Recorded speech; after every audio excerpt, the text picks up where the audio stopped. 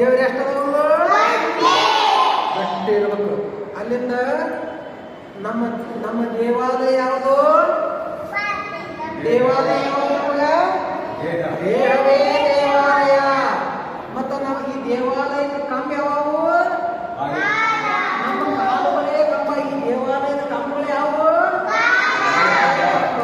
ಈ ದೇವಾಲಯದ ಗ್ವಾಡಿ ಯಾವುವು? ಈ ಶರೀರವೇ ಗ್ವಾಡಿ, ಈ ಶರೀರವೇ ಗುಡಿ. ಮತ್ತು ಇದಕ್ಕೆ ಮ್ಯಾಲ ಕಳಶ ಯಾವುದು? ಏನೈತಲ್ಲ ಏನಿದು?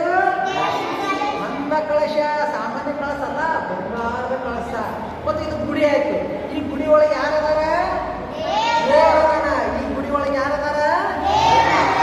ಜೀವ ಪರಮಾತ್ಮನೇ ದೇವರು. ಈ ಒಳಗೆ ಯಾರದಾರ? ಜೀವ ಪರಮಾತ್ಮನ.